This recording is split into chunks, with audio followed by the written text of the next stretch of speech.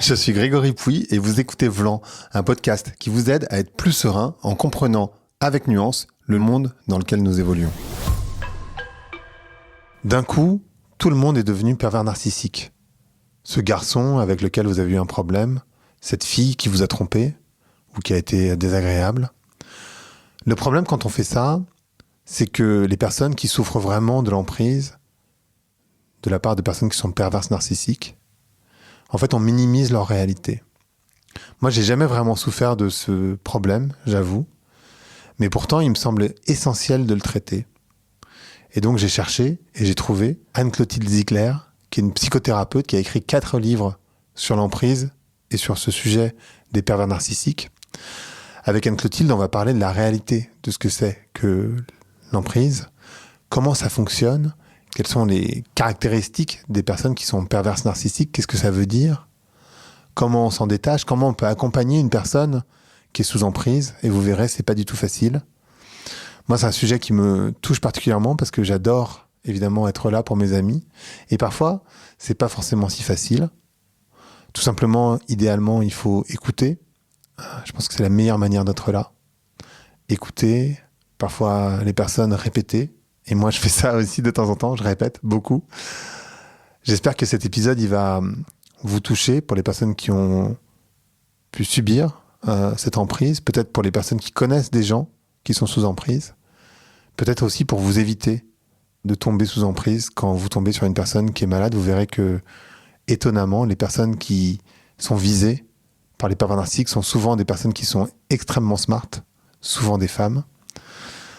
Donc, c'est pas un problème, ou c'est pas parce que vous avez une faiblesse que vous êtes visé par un pervers narcissique, c'est tout l'inverse. Je vous laisse écouter l'épisode. Allez, Vlan, c'est parti.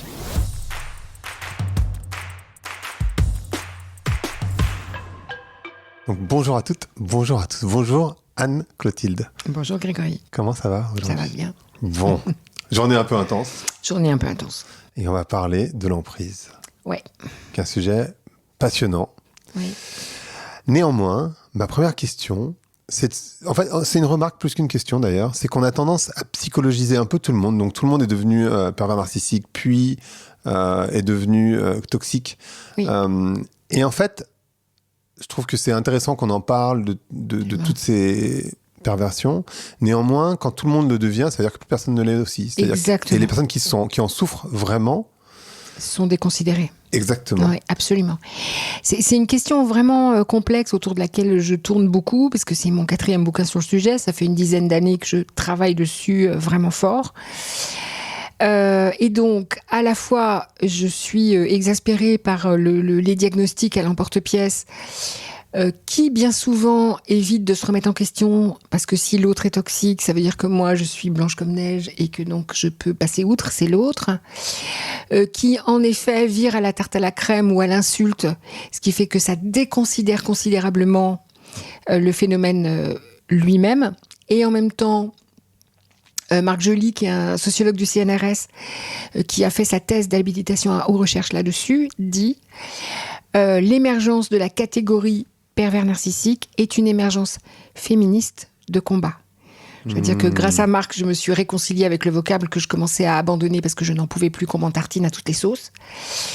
Et du coup, voilà, c'est à la fois c'est terrible parce qu'en effet, on y va. Enfin, tout le monde. Enfin, c'est un peu comme pendant le Covid. Tout le monde était épidémiologiste. Là, tout le monde est diagnosticien des relations toxiques. Bon.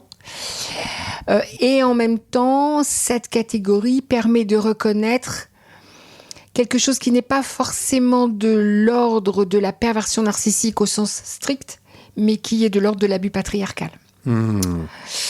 Voilà, donc on va essayer de se débrouiller en passant entre les gouttes. Voilà. Je vais vous demander à un moment donné aussi si c'est uniquement genré, mais avant ça, j'aimerais comprendre qu'est-ce que l'emprise et qu'est-ce que n'est pas l'emprise, justement pour faire la différence, pour bien dire, parce qu'il y a des personnes qui vous disent ah ouais moi j'étais sous emprise, mais parfois pas que je les crois pas, c'est pas ça, mais je me dis est-ce que vraiment c'est ça ou est-ce que c'est autre chose, parce qu'en fait on a tendance tellement à psychologiser rapidement que je sais pas. Oui, alors ça c'est autre chose et je voudrais juste parler de la psychologisation qui est une tendance pour le coup toxique, c'est-à-dire que quand on a un problème sociétal et notamment politique. Une façon d'éviter de régler le problème, c'est d'en rendre responsables les individus et leur psychologie. Voilà. Typiquement, je suis dans l'entreprise lambda qui fabrique des trucs.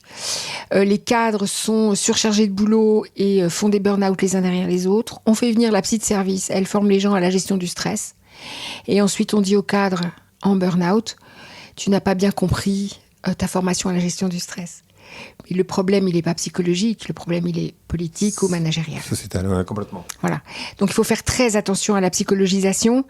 C'est une instrumentalisation de ma discipline que j'adore, parce qu'elle est au service des hommes et des femmes, pour masquer des enjeux politiques. Donc, là aussi, il faut faire très attention à ce qu'on fait avec ça.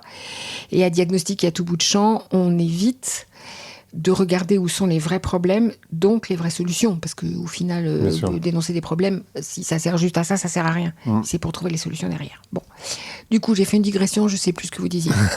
Non, mais c'est très lié à ce que, tout ce que dit la neuroscientifique Sama Karaki, qui est venue 2 fois sur le podcast et qui fait bien la différence entre la société et les individus. Et effectivement, il y a beaucoup de problèmes sociétaux.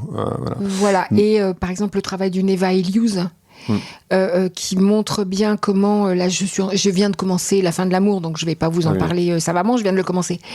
Mais dans l'introduction, c'est déjà frappant et je suis tellement d'accord avec ça. Elle dit, aujourd'hui, la Gen Z a du mal à se mettre en couple et ce n'est pas un problème psychologique, c'est un problème sociologique.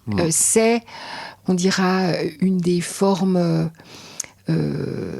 tardives du capitalisme et du consumérisme. Parce que ça, c'est au final pas tellement bon pour la santé. Hein. Non. Mais la question que je vous posais, c'est qu'est-ce que l'emprise et qu'est-ce que n'est pas l'emprise ? Oui. Alors, l'emprise, c'est une relation de pouvoir et de domination qui déshumanise et instrumentalise l'autre. D'accord ? Donc, quand j'assure mon emprise sur quelqu'un, je l'utilise comme un objet et je méconnais, je dénie, voire je salis son humanité. Ce que n'est pas l'emprise, c'est une relation, par exemple, de couple où on n'arrête pas de s'engueuler mais on n'arrive pas à se quitter. Ça, c'est pas forcément de l'emprise, ça peut être une relation difficile. Ce qui n'est pas de l'emprise, c'est une relation dans laquelle l'un des deux est fou dingue de l'autre pendant que l'autre ne lui rend pas l'appareil. Donc ça peut durer très longtemps et ça n'est pas une relation d'emprise. Et puis, n'est pas une relation d'emprise, une relation de pouvoir saine. Alors après, on pourrait discuter philosophiquement si une relation de pouvoir, elle est saine. Ça, c'est vraiment une question philosophique. On peut penser qu'il y a en tout cas toujours des enjeux de pouvoir, hein, voilà. Et par exemple, une relation éducative, où là on parlera plus d'autorité, hein, donc de pouvoir sain. Voilà, on parlera d'autorité, hein, une relation éducative ou une relation managériale, ou une relation de subordination dans l'armée, par exemple, où l'armée, elle a besoin, à tort ou à raison, je ne discute pas de ça, que ça marche, tout le monde marche d'un seul pas. Là, on n'est pas dans une relation d'emprise. En revanche, la relation d'emprise peut se surajouter à la relation d'autorité. La relation d'emprise, c'est une relation d'autorité pervertie, en fait. Voilà, j'utilise l'autorité que me donne l'institution pour déshumaniser l'autre. Ça, c'est une relation d'emprise. Je vous ai juste dit, juste avant, parce que vous parliez des femmes et des hommes et du patriarcat, est-ce que c'est quelque chose qui est très genré, c'est-à-dire que c'est majoritairement des hommes, exclusivement des hommes ?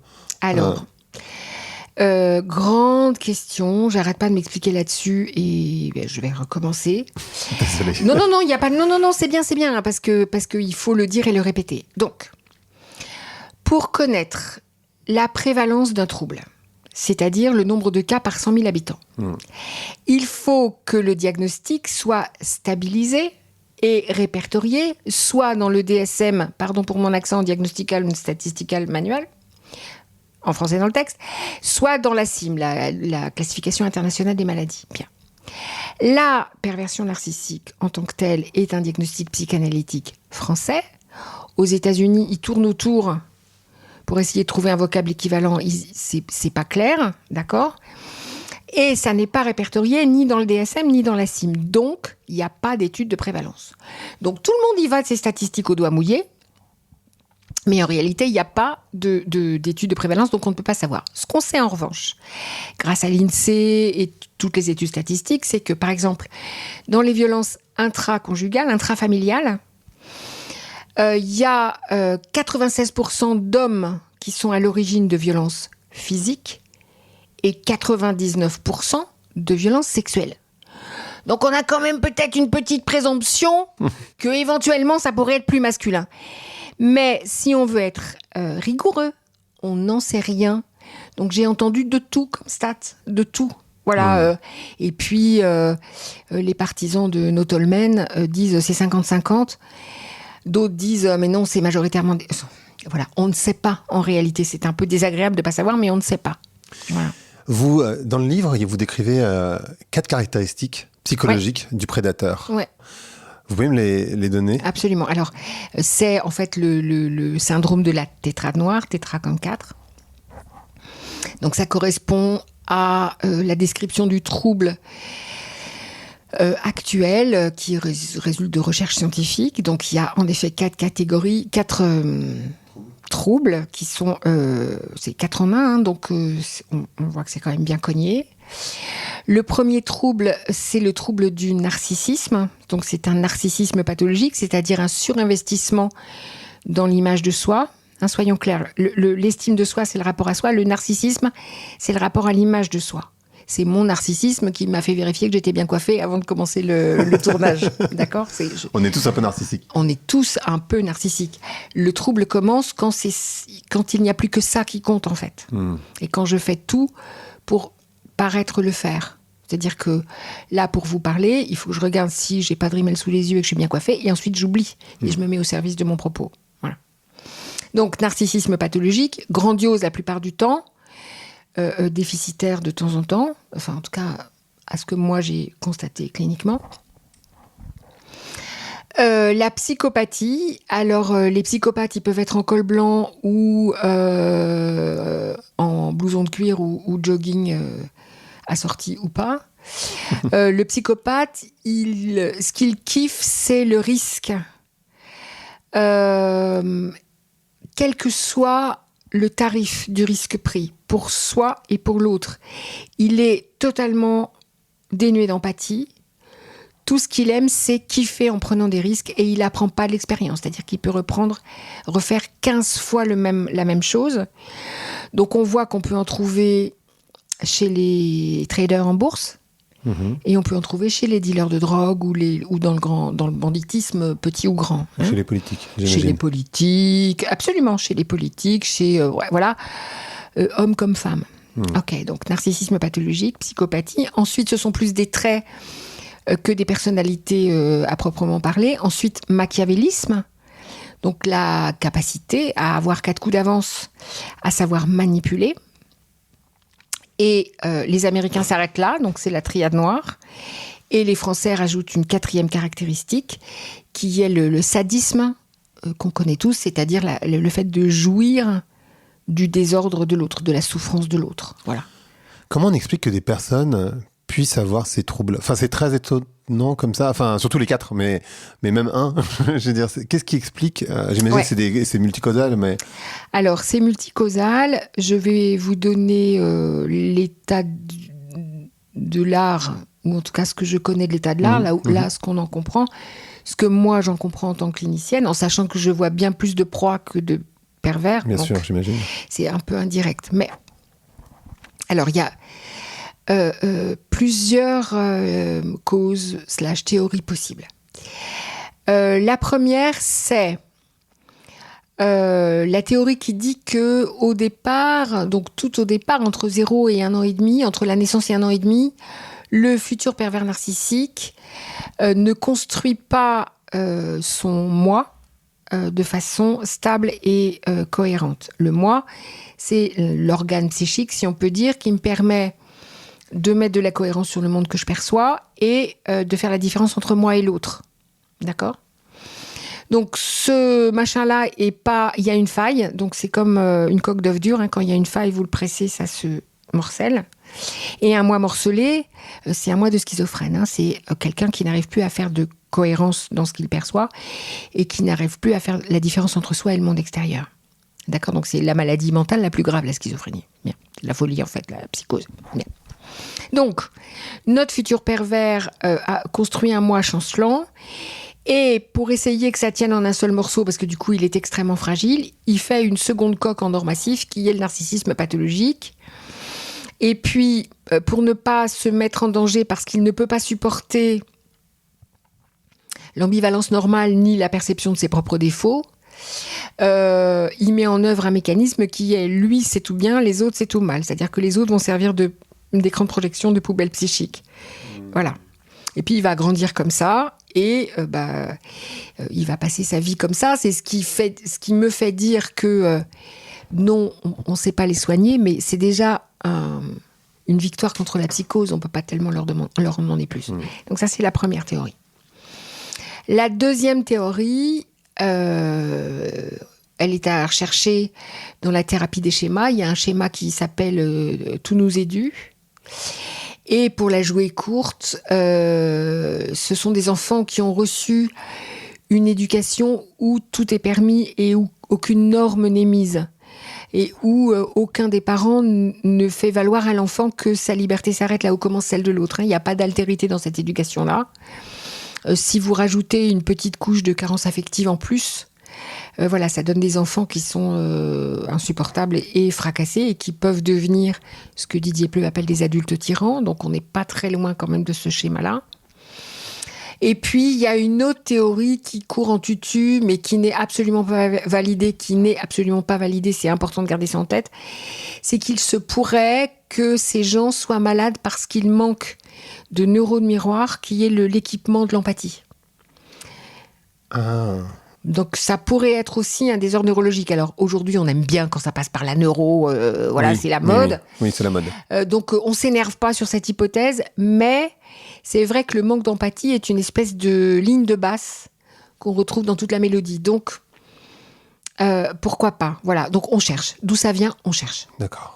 Et vous faites le pont, alors je vais poser une question idiote, mais vous faites le pont assez facilement entre perversion narcissique et emprise. Oui. Donc c'est les pervers narcissiques qui mettent sous emprise, c'est vraiment ça, ou les pervers narcissiques peuvent faire d'autres choses que mettre sous emprise? Pardon, hein, c'est... Non, je suis très néophyte. Hein. Mais c'est parfait, c'est parfait. Alors, oui, les pervers narcissiques mettent sous emprise, et oui, quand on est en relation proche avec un pervers narcissique, on est sous emprise. En fait, c'est dans l'autre sens. Il y a au moins 3 autres types de personnalités qui mettent sous emprise. Les paranoïaques. Donc la personnalité paranoïaque, c'est méfiance, orgueil, psychorigidité, fausseté du jugement. Je leur fais doucement. Méfiance, orgueil, donc là on voit le narcissisme, hein. Psychorigidité, c'est comme ça, c'est pas autrement. Et fausseté du jugement, je vois bien que vous avez mis une chemise grise pour me dire que vous vous foutez de ma gueule. Fausseté du jugement, hein, interprétation. D'accord. La personnalité obsessionnelle. Donc la personnalité obsessionnelle, elle range et elle est tatillonne, parce que sinon elle déclenche des crises d'angoisse. Et la personnalité passive-agressive, alors là, ça demande un tout petit peu plus d'attention pour comprendre ce que c'est. Donc, si je suis passive-agressive, je vais vous bassiner en vous disant que j'ai envie d'aller à la mer. Mais évidemment, je ne vais pas bouger. Hein. Je vais te dire « Ah, Grégory, j'aimerais tant aller à la mer. » Bon, au bout d'un moment, Grégory, qui est un gentleman, il se déclenche et il programme un voyage à la mer. Et à ce moment-là, je vais me mettre à résister et à saboter. Voilà. Donc, ces 3 autres... personnalité mettre sous emprise parce que avec un paranoïaque, si t'es pas avec moi, t'es contre moi, donc au bout d'un moment je renonce à qui je suis pour pas me prendre l'agressivité du paranoïaque dans la figure.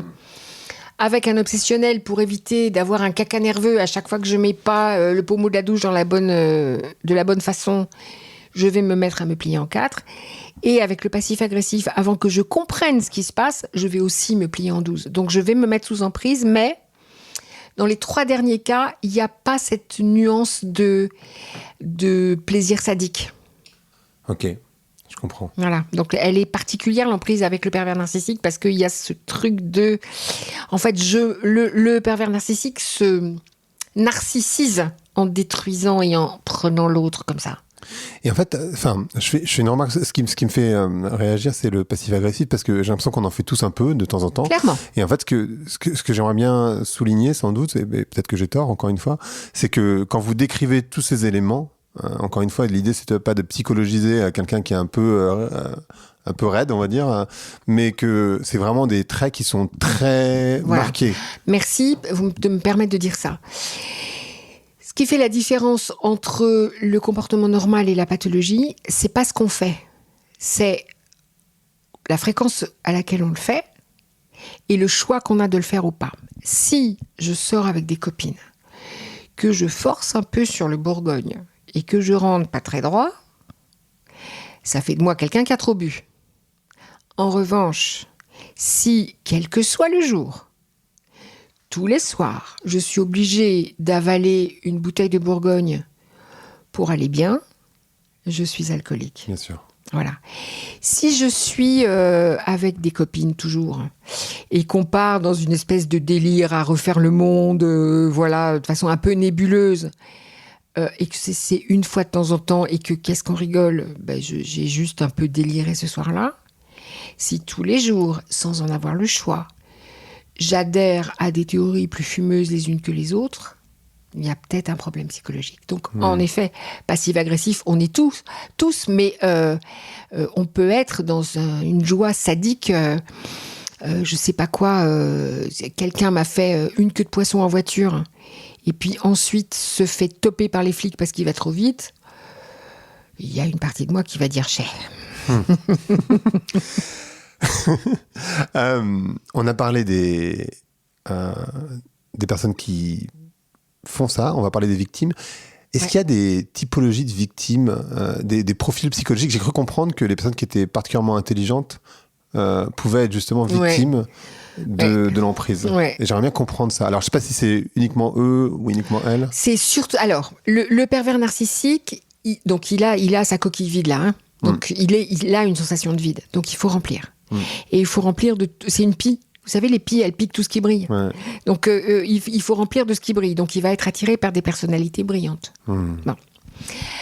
Donc, oui, c'est vrai, la plupart du temps. Enfin, je veux dire, quelqu'un qui est falot et sans intérêt, il n'y a rien à voler, quoi. Hein, je veux dire, une pie, elle ne va pas venir voler un truc qui ne brille pas. Voilà. Donc, c'est vrai la plupart du temps. Alors, en psychologie, c'est toujours pareil. C'est vrai, sauf quand c'est faux. Mais la plupart du temps, c'est vrai.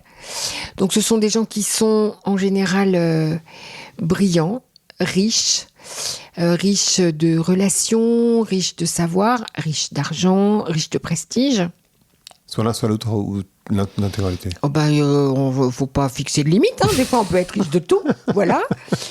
Qui sont charmants, qui sont intelligents, qui sont souvent solaires, qui sont généreux et un peu couillons, parce que on voit pas le monde tel qu'il est, on voit le monde tel qu'on est soi-même. Et les personnes généreuses, elles ont du mal à apercevoir qu'on pourrait ne pas l'être. Voilà, un peu naïve quand même. Ça, c'est moi. Hein? Ça, c'est moi. Voilà, oui. Je dis oui parce que parce on que est deux. Dis. Voilà. Derrière, évidemment, le pervers narcissique va venir gratter des failles particulières pour pouvoir asseoir son emprise un peu plus. Or, des failles, on en a tous.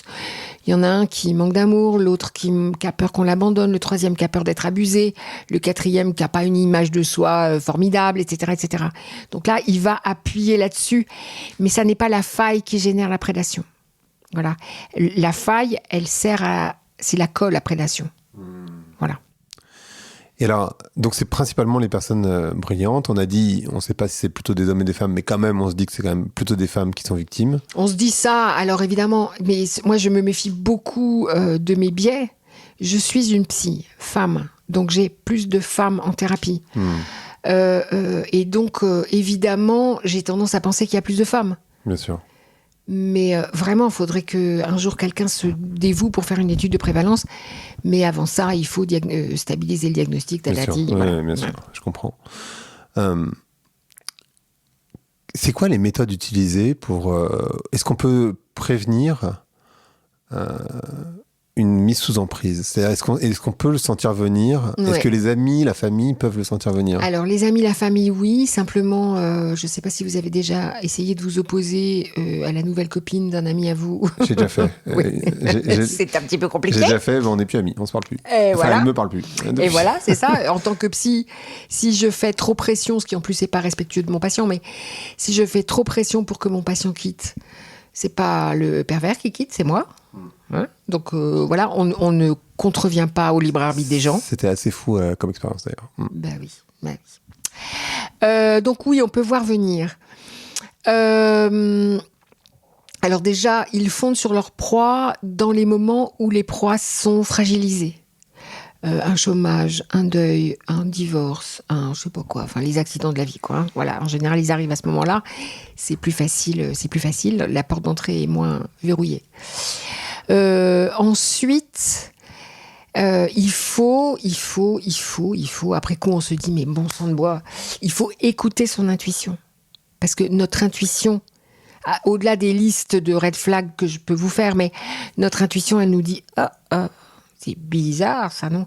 Et donc, il faut s'écouter quand quelque chose de nous dit c'est bizarre.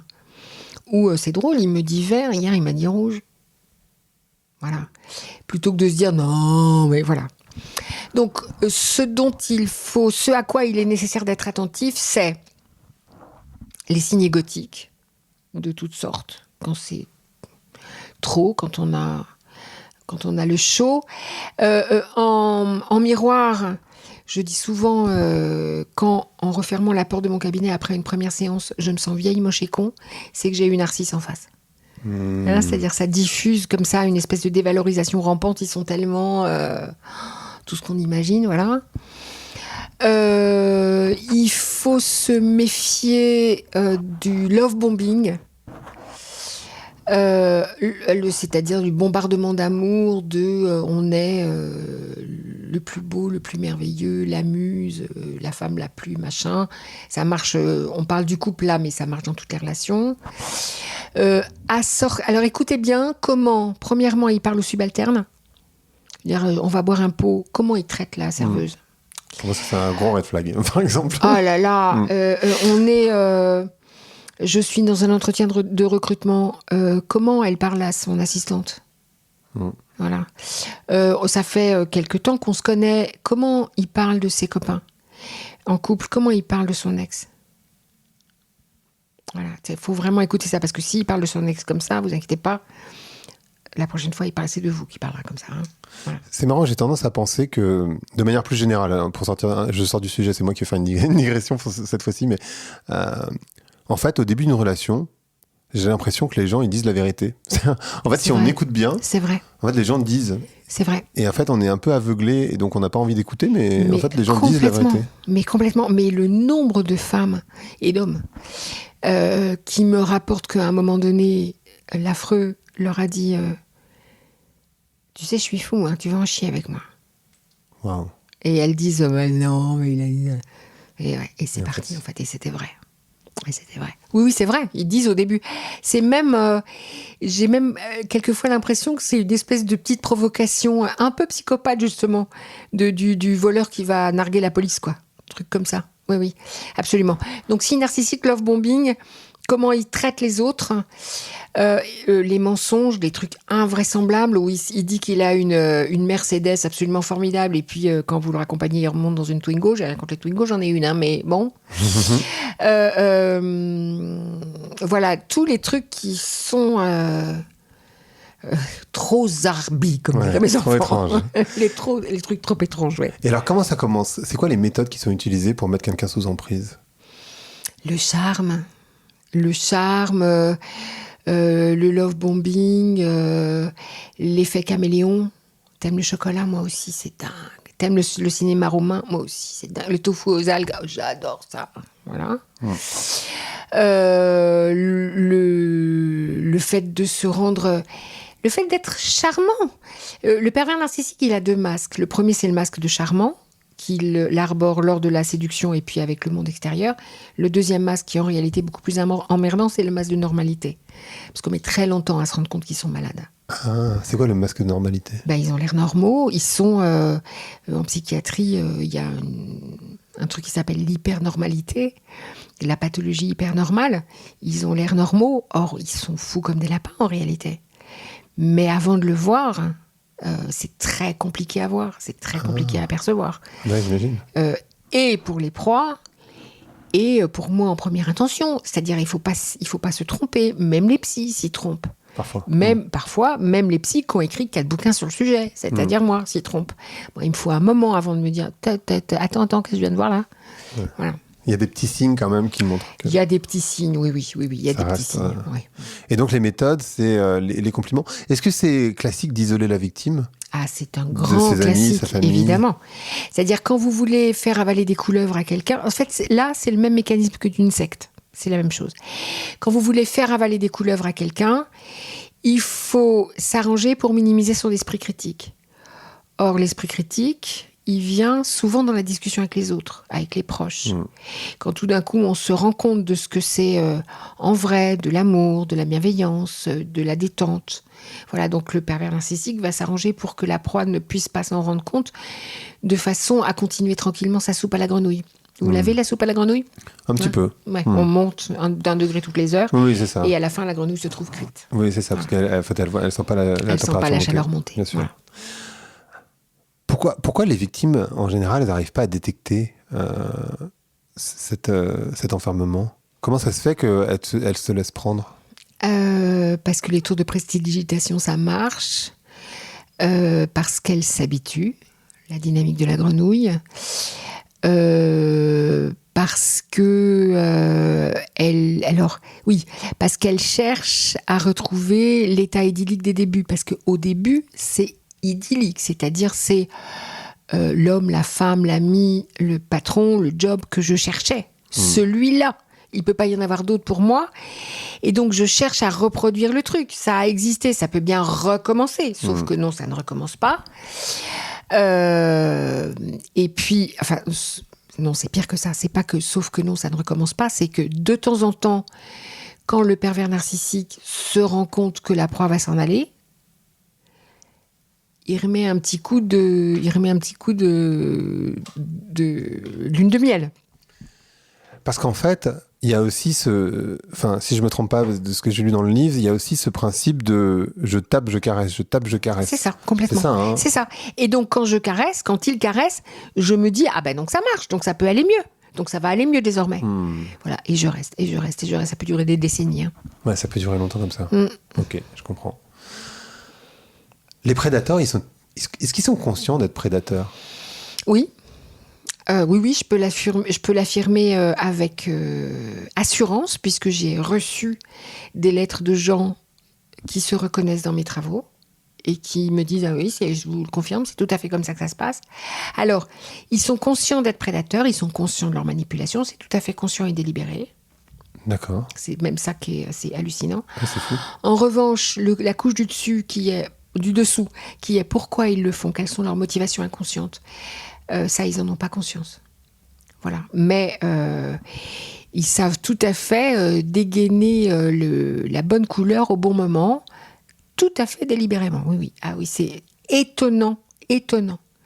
Voilà, un type qui m'a écrit « Oui, madame, je vois leurs failles et je rentre dedans de façon à ce que je puisse être en permanence au centre de l'attention. Sinon, pour moi, c'est une vraie souffrance. » Oui. C'est comme ça qu'ils le disent. Ah oui, enfin, en tout cas, cet homme-là le disait comme ça, oui, absolument. D'accord.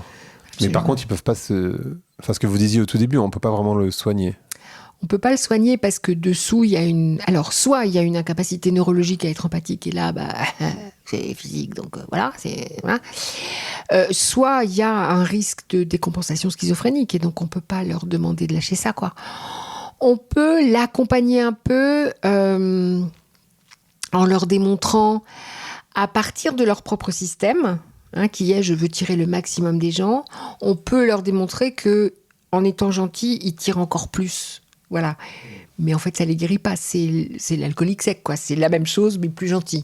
Bon, ça, on peut faire. Et puis, des fois, pour madame ou pour le collaborateur ou pour les collaborateurs, ou voilà, c'est plus facile à vivre. Ouais, ok. Mais on peut pas vraiment... Et eux peuvent pas s'empêcher d'être prédateurs. C'est-à-dire qu'en fait, ils pourraient se dire aussi, je suis conscient de ce que je fais, j'arrête. Non, parce que pour être conscient de ce qu'on fait, il faut avoir accès à l'empathie, c'est-à-dire à l'amour. Ah oui. Quand j'ai pas accès à l'amour, j'ai pas aucune conscience, j'ai aucune possibilité de me rendre compte que ce que je fais est déconnant. J'ai pas accès.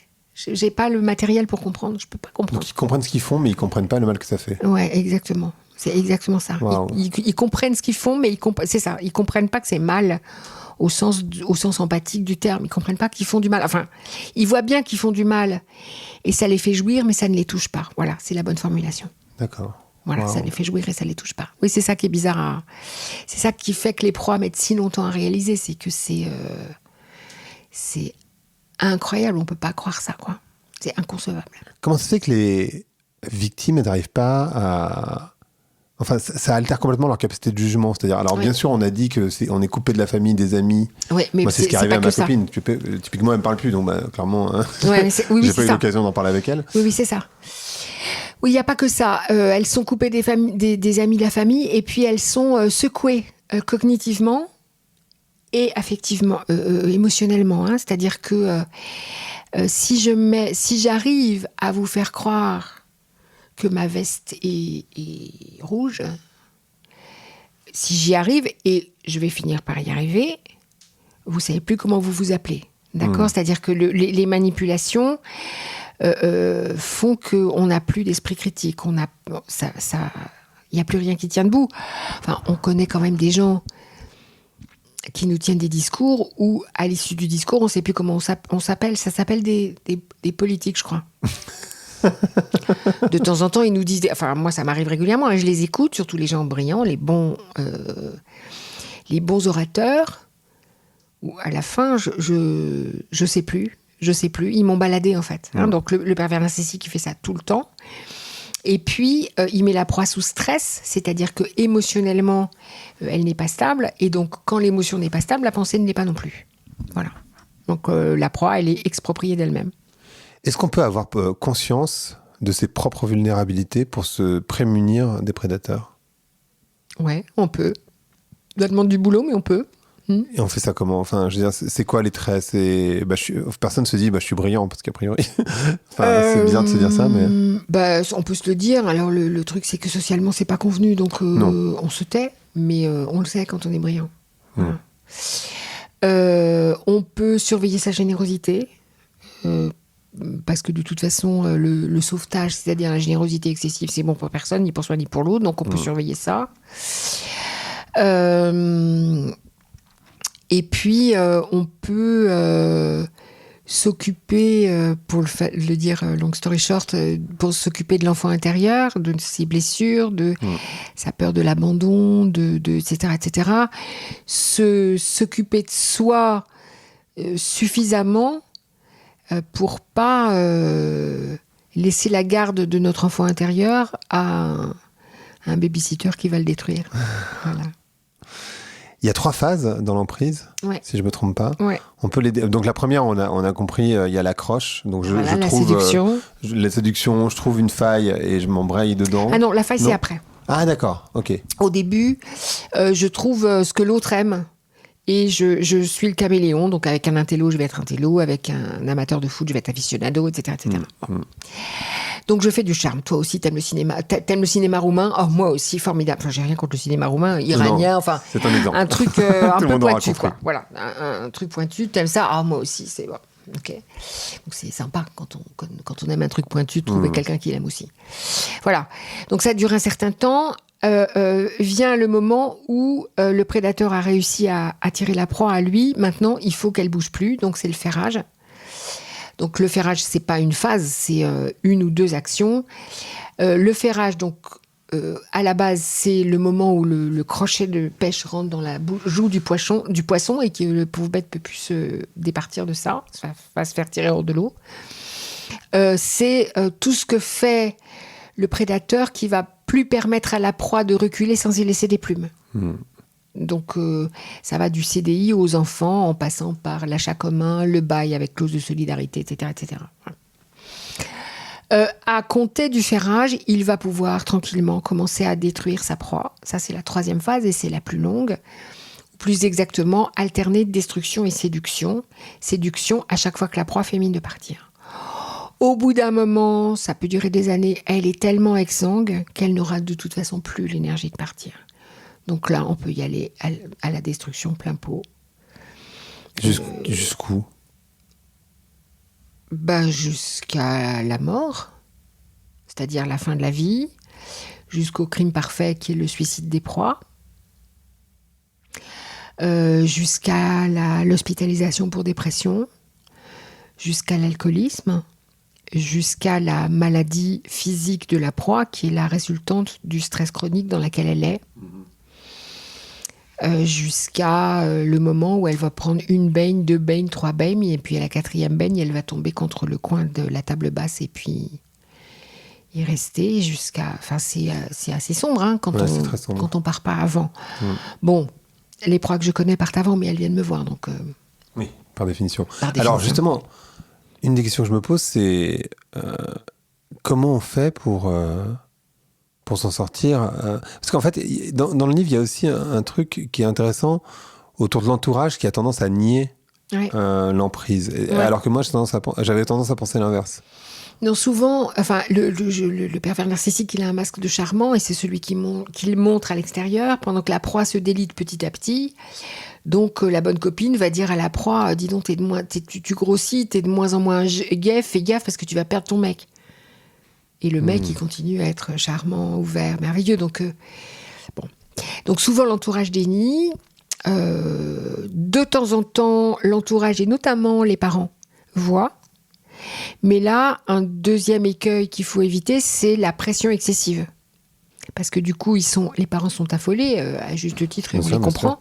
Mais du coup, comme vous avec votre copine, ils font pression pour que l'enfant quitte le mari. Et en général, ce qui se passe, c'est que ça fait effet Roméo et Juliette. La proie cesse de voir ses parents pour être plein pot avec le mari. Et donc, elle est encore plus sous emprise. Donc, ça demande beaucoup de self-control, d'ouverture, d'écoute, de rester auprès d'une proie, comme avec quelqu'un qui est dans une secte, en fait. Et de temps en temps, on peut risquer un petit mot ou un petit mot désapprobatrice. Ah oui, il a fait ça et ça et ça. Voilà. Le commentaire suffit. D'accord. Donc, on ne faut pas essayer de convaincre la personne parce que sinon, il y a un effet Roméo et Juliette. C'est hyper intéressant. Je m'étais jamais... J'avais jamais réfléchi à ça, en fait. Tout au début, quand j'ai commencé à suivre des proies, j'ai reçu une femme qui était en danger, puisqu'il avait tenté de l'étrangler quand même. Hein. Effectivement. Donc j'étais un tout petit peu concernée et un tout petit peu inquiète. Donc j'ai fait pression comme une vache pour qu'elle quitte. Elle ne l'a pas quittée, c'est moi qu'elle a quitté. Alors vraiment, je l'ai lâchée dans la nature et sans recours. Alors aux dernières nouvelles, elle est toujours vivante et voilà, j'ai eu des nouvelles indirectement, je suis contente. Donc bon, le mal n'était pas complètement entier, mais elle m'a donné une bonne leçon. Et aujourd'hui, je sais, comme tout le monde, qu'on ne quitte un couple ou un job, un ami c'est plus facile, ou des parents, que quand on est convaincu qu'il n'y a rien d'autre à faire. Et il faut du temps pour être convaincu. Et puis après, il faut rassembler son courage.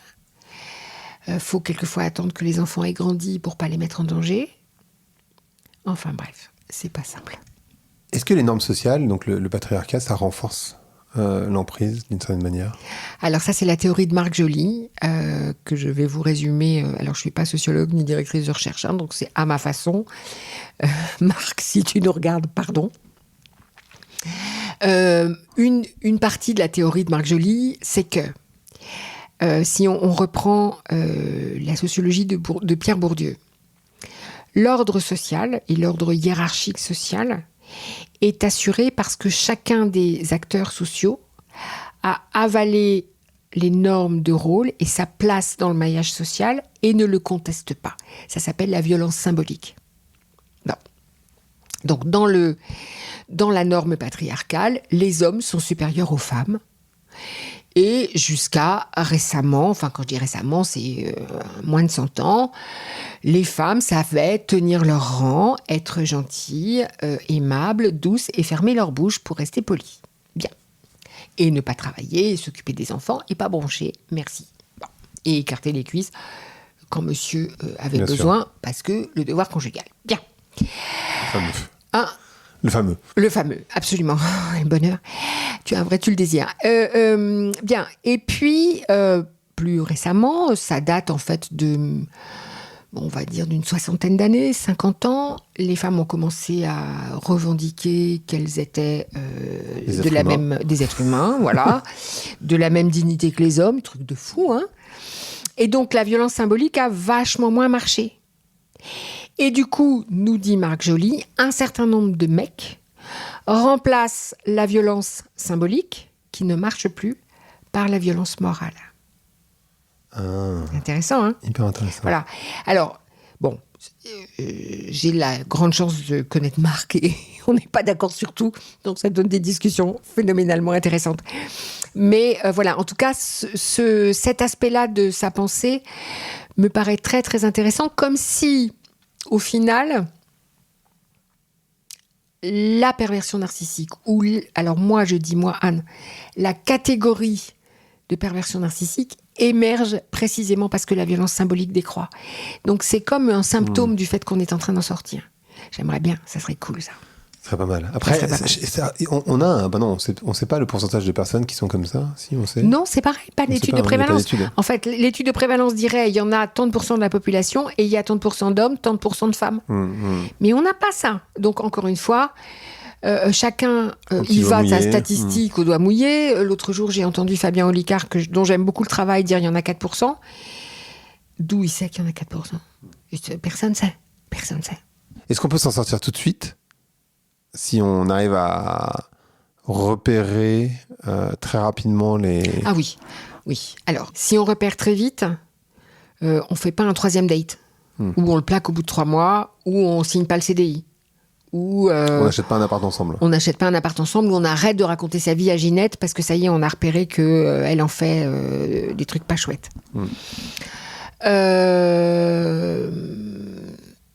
Ensuite, quand on est ferré, on s'en sort en essayant de minimiser les pertes et en sachant que de toute façon, on va y laisser des plumes, mais qu'il vaut mieux y laisser des plumes que la vie. Et donc, quand les plumes sont des très grosses plumes qui s'appellent des enfants en commun, on discerne on discerne par rapport au bien-être des enfants, qu'est-ce qui est le mieux ?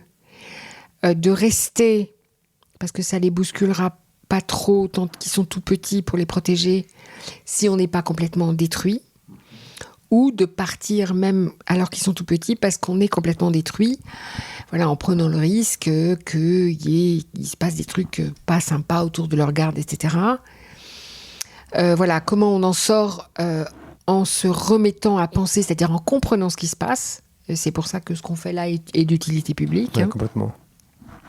Souvent, aujourd'hui, j'ai des gens qui arrivent en disant j'ai vu votre vidéo YouTube, j'ai lu votre livre, je vous ai entendu sur machin ou sur truc. Et tout d'un coup, je me suis dit oh, bonsoir, c'est exactement mon histoire. Voilà. En s'assurant, et ça, il faut prendre le temps, en s'assurant qu'il n'y a rien à sauver. Tant qu'on n'est pas convaincu de ça, on ne part pas. En s'entourant des bons conseils. Alors, on peut s'entourer... Enfin, j'ai une patiente qui est arrivée, maintenant ça doit faire une dizaine d'années. Elle est arrivée en me disant, voilà, il se passe ça, mais moi, je pars pas tant que mon fils cadet n'a pas eu le bac et n'est pas dans les études. Et donc, j'ai dit, ok, on s'encorde et puis on va traverser ensemble. La traversée sera moins houleuse. Comment on peut accompagner quelqu'un qui décide de faire ça ? Parce que comment ça peut ne pas être douloureux ? Parce que c'est hyper douloureux. C'est hyper douloureux. On accompagne la personne en l'écoutant, en analysant step by step ce qui se passe, de façon à lui permettre de comprendre ce qui se passe, en trouvant des stratégies pour minimiser l'inconfort, voilà, pour minimiser les dégâts et l'inconfort, voilà. Voilà, on accompagne comme on accompagnerait quelqu'un qui est dans une maladie chronique. Enfin, il m'arrive d'avoir le grand honneur d'avoir des gens qui viennent me voir, ils sont en fin de vie. Voilà, ils savent qu'ils vont mourir, ils sont atteints d'un cancer, d'un truc, et ils viennent me voir parce qu'ils ont besoin de parler pour boucler la boucle. Ce sont des moments fabuleusement riches et émouvants pour moi, et beaux et très honorants. Je vais pas travailler comme si j'allais les aider à guérir de leur cancer, quoi. C'est fichu, et tout le monde dit que c'est fichu. Donc on accompagne au mieux. C'est un peu le même genre de choses. De toute façon, mes patients ont l'habitude d'être non respectés. La première de mes tâches, c'est de respecter leur rythme, leurs paroles et leurs décisions. Voilà, c'est de leur donner ce qu'ils n'ont pas là-bas. Confère l'erreur que vous avez fait aussi au début. Exactement, je ne l'ai pas faite 2 fois. Exactement. Oui, bien sûr. Exactement. Je l'ai pas, c'est pas vrai d'ailleurs, je l'ai faite 2 fois, mais pas 3. Ouais. Voilà, je l'ai refaite beaucoup plus tard avec quelqu'un qui n'avait plus, qui était une dame âgée, elle avait 75 ans, 74, et elle n'avait plus assez de niaque pour faire quoi que ce soit. Et comme une andouille, j'ai fait pression parce qu'elle était vraiment très malheureuse. Et elle est partie en me disant « Vous m'avez crucifié, je vous déteste. » Et je peux comprendre. Et pardon. Voilà. Enfin, je l'ai accompagnée comme j'ai pu, et voilà, je ne suis pas coupable de tout. Non, bien sûr. Mais voilà, j'étais devant ce que vous disiez, c'est-à-dire « Mais oui, mais qu'est-ce que je peux faire pour vous, quoi ?» Voilà. C'est écouter, accompagner, expliquer, voilà. Donc voilà, donc on s'en sort quand on sait qu'il n'y a plus rien à attendre. Et puis quand on a trouvé un moyen ou un autre de récupérer un peu de niaque et un peu d'estime de soi. Parce que comment on retrouve cette énergie ? Parce que justement, l'autre, il a suce, pardon de l'expression, mais c'est vraiment ça. C'est vraiment ça. Déjà, quand on comprend, on se laisse moins sucer l'énergie. Parce qu'on comprend que c'est des entourloupes et que oui, c'est ça, chante beau merle, ça marche moins. Ça marche encore, hein, mais ça marche moins.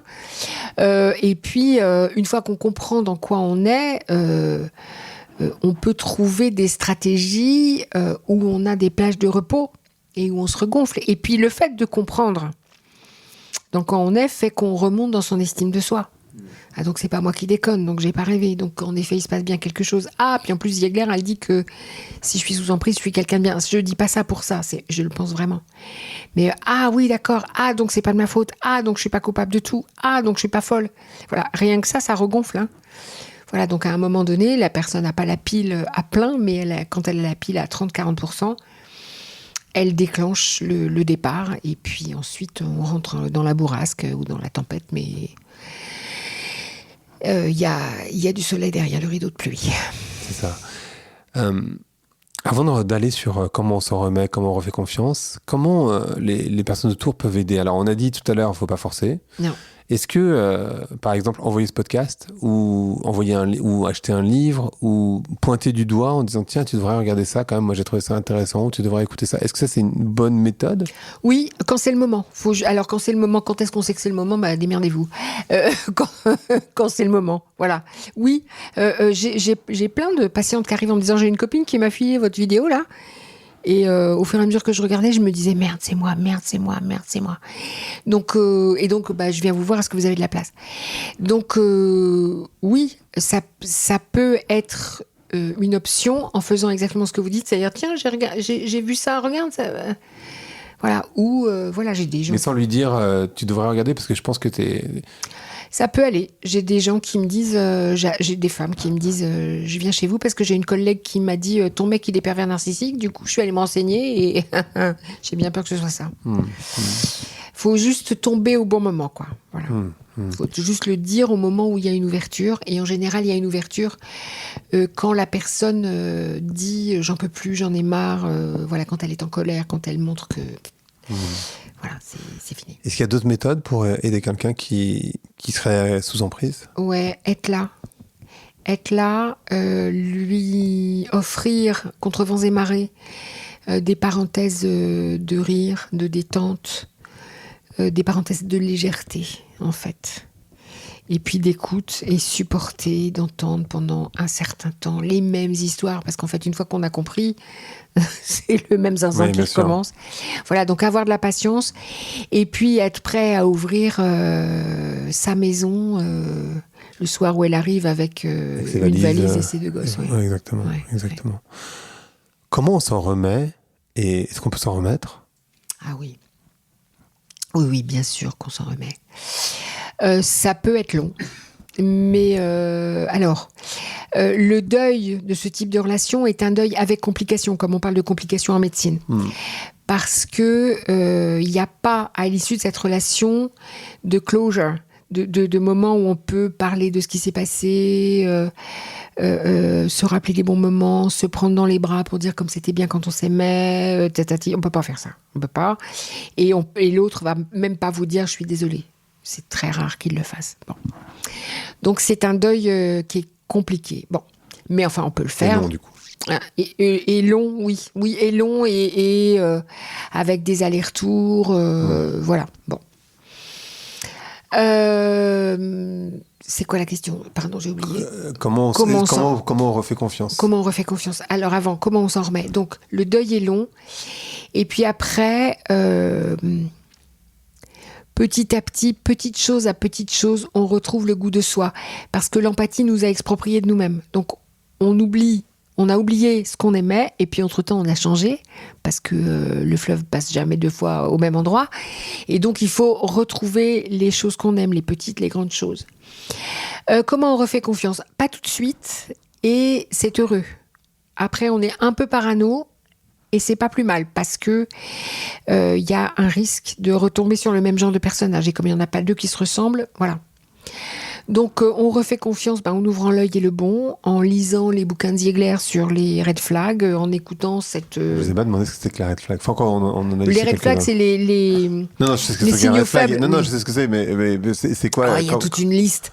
Voilà, donc voilà, en consultant la liste des red flags sur mon bouquin, j'en ai donné quelques-uns, les signes égotiques, Oui, les etc. plus importants. Ouais. Éventuellement, les gens qui sont en thérapie chez moi, c'est des moments qui me font sourire. Ils reviennent en me disant, j'ai rencontré quelqu'un, on peut checker? J'aime beaucoup ça. Je fais copine payante. Vas-y, raconte. Voilà. Voilà, en s'assurant encore et encore que ça va. Et puis, à un moment donné, quand la personne en face est capable de s'excuser sincèrement, ne montre aucun des red flags concernés, ou en montre un seul et isolé et machin, alors on peut refaire confiance. Et puis, en apprenant aussi à se faire confiance, parce qu'entre-temps, c'est pas mal d'apprendre à dire non. Voilà, et d'apprendre à dire sous tous les tons, sur ce coup-là, va te faire foutre. Voilà. Je comprends. Il y a une question que j'ai oublié de vous poser, donc je vais revenir en arrière, c'est pas très grave, mais sur les enfants en particulier, il y a beaucoup de couples qui restent ensemble, entre guillemets, pour les enfants. Ouais. Est-ce que... Alors moi, je suis jamais très certain que ce soit une bonne idée, parce que je pense que les enfants sentent quand même ce qui se passe. Ouais. Donc, bon, ça, c'est un autre point, mais parce que c'est plus général. Mais dans le cas d'un pervers narcissique, est-ce que c'est vraiment une bonne raison de rester pour les enfants? Parce que les enfants doivent sentir quand même que la mère, généralement, donc, est hyper mal. C'est une question délicate, complexe et délicate. Il y a plusieurs facteurs. Bien évidemment, un divorce, ça bouscule les enfants. Et ça bouscule encore plus les enfants quand le parent toxique va instrumentaliser les enfants dans le divorce. Donc ça, c'est pas terrible. Avec un risque, par exemple, qu'il ait la garde. Ça, c'est pas terrible. Bon. Donc il y a une nécessité de protéger les enfants. Maintenant, d'un autre côté, en effet, les enfants sentent quand il y a de la tension, et ça leur laisse des traces, et des pas belles traces. Et puis, ça leur laisse des traces d'avoir une maman, ou quelquefois un papa, mais c'est vrai que c'est souvent une maman, en tout cas dans mon expérience, qui va pas bien, et qui est pas au top de la mère qu'elle pourrait être. Ouais. Donc, c'est un mélange de facteurs complexes qui fait que j'ai pas une réponse univoque. Voilà. Je me souviens d'une patiente qui m'a dit, qui m'a raconté que elle est restée, elle s'est rendue compte des choses. Je crois que sa grande devait avoir une dizaine d'années, un peu moins. Et puis elle est restée pour les enfants parce qu'elle sentait bien qu'elle allait les mettre en danger en partant, et qu'elle, malgré tout, elle arrivait à surnager. Et elle m'a dit qu'à l'adolescence des enfants, elle s'est dit « Ok, je suis restée pour eux, maintenant il faut que je parte pour eux ». Voilà, le moment où ça bascule du côté toxique pour les petits. C'est très compliqué à discerner. C'est compliqué. C'est pas compliqué, c'est délicat à discerner. Je ne condamne pas les mères qui restent pour protéger les petits.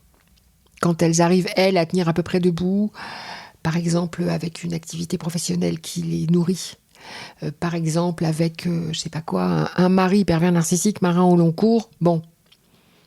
Voilà, on le voit 2 fois dans l'année. Il n'est pas si souvent là. Il n'est pas si souvent là, donc on peut se débrouiller avec ça un certain temps.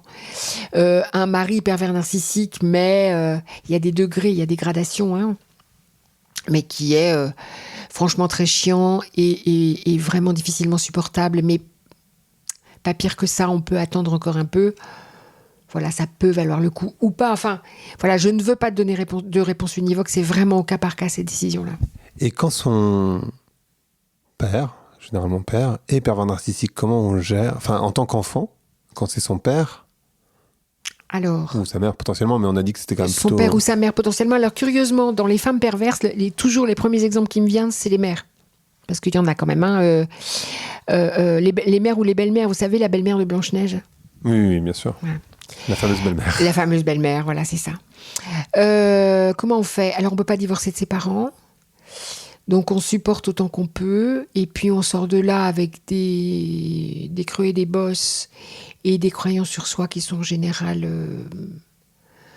je vais le dire comme je le pense, bien dégueulasses.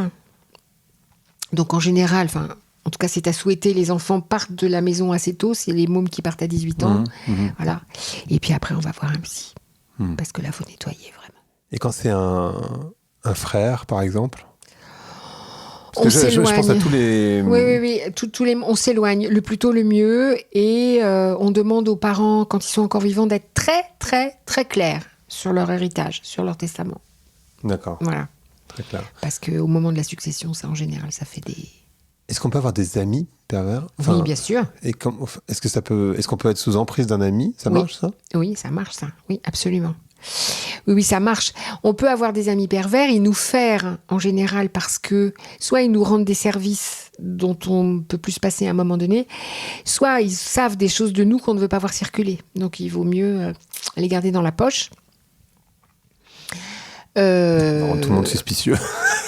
Ouais, mais c'est ça qui est triste en fait dans cette histoire, hein, c'est que après se balader, être en permanence parano avec les autres, c'est pénible.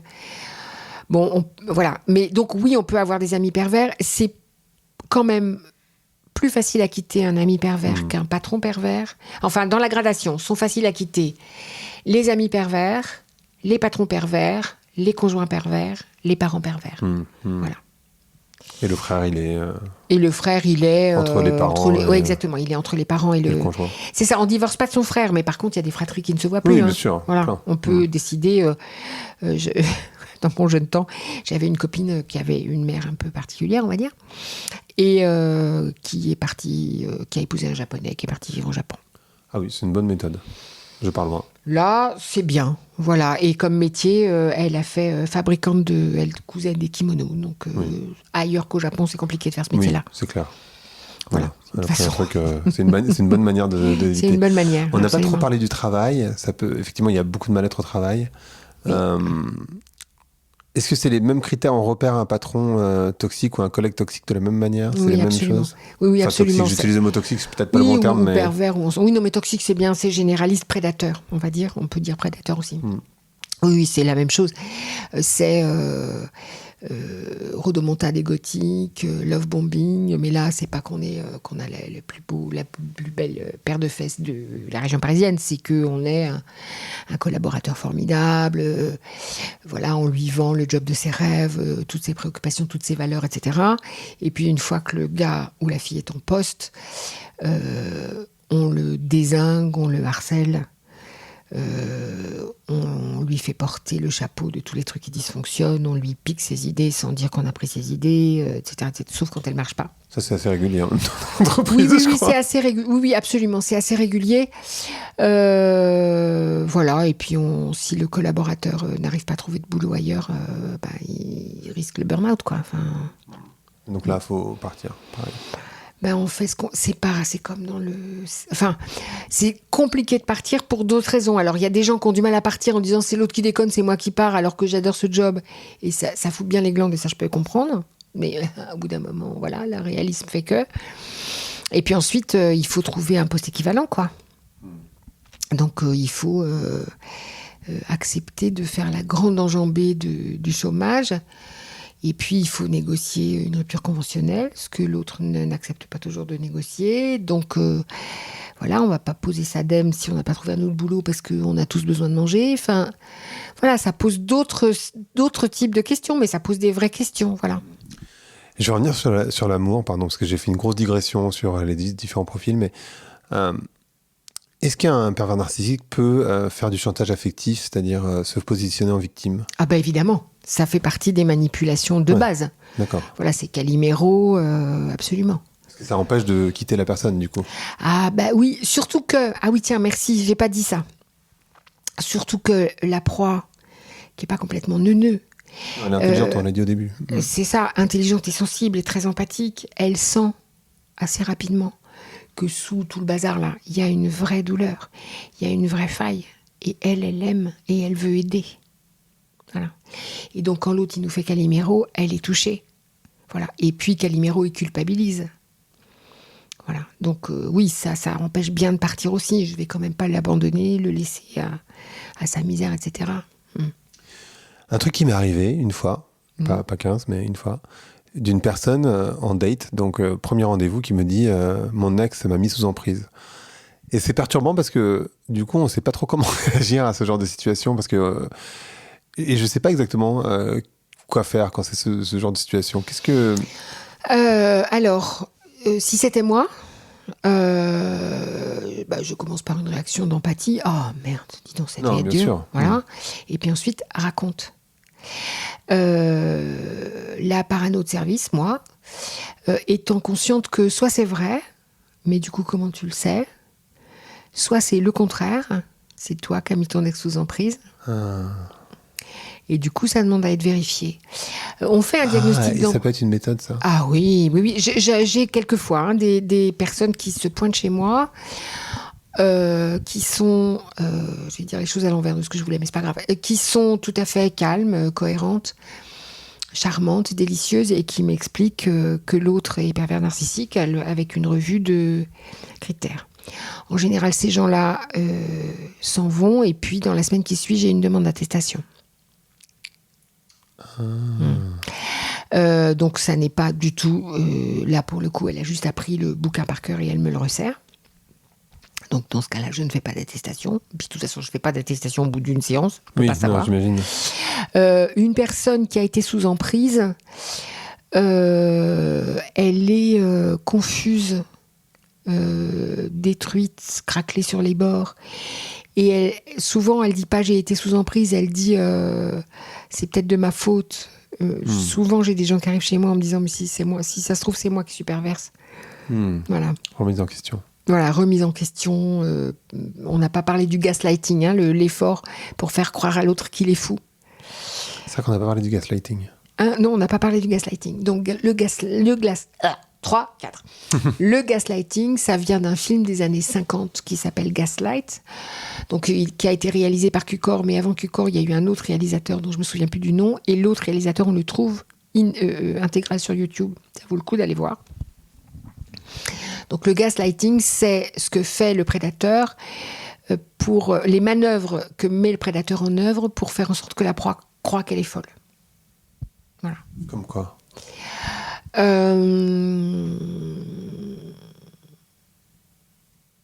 Je déplace un truc et je dis que je ne l'ai jamais déplacé. Je dis un truc et je dis que je ne l'ai jamais dit.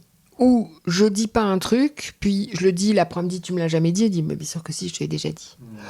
Ou je rends la proie folle de rage et je lui dis t'as vraiment mauvais caractère, vraiment on est dans une pathologie caractérielle. Ou je l'emmerde jusqu'à ne plus finir et d'une certaine façon je la pousse vers l'alcool, et puis quand elle est beurrée comme un petit lu, je lui dis de toute façon t'es alcoolique, etc. Wow. Voilà. Donc en général, quand les proies arrivent, elles me disent si ça se trouve, enfin en général, souvent, si ça se trouve, c'est moi. Alors des fois, c'est elle, mais c'est rare. Okay. Désolé pour la fin de conversation qui a été complètement décousue. C'est pas grave. Désolé aussi pour ceux qui nous écoutent. C'est vrai que j'étais un peu décousu. Mais bon, en même temps, j'essayais de balayer l'entièreté du sujet. Et puis pour les personnes qui nous écoutent, en fait, d'avoir le maximum d'informations finalement. Oui. Enfin, après, il faut lire les livres, il faut venir vous voir, etc. Oui, c'est ça. Mais oui, mais c'est quand même très très précieux ces informations-là. Enfin, c'est aussi pour ça que j'accepte à peu près toutes les interviews qu'on me demande, parce que voilà, il y a plus de gens qui regardent des vidéos que ceux qui lisent des livres. Oui. Et dans le discours, il y a des choses qui passent, qui ne passent pas dans les livres. Donc c'est très précieux. En fait, on est en train de faire une œuvre de santé publique là. Je crois. Je crois. Merci vraiment beaucoup pour ça. Merci à vous. Le podcast s'appelle Vlan, donc je veux savoir à quoi vous voulez ouvrir et où claquer la porte.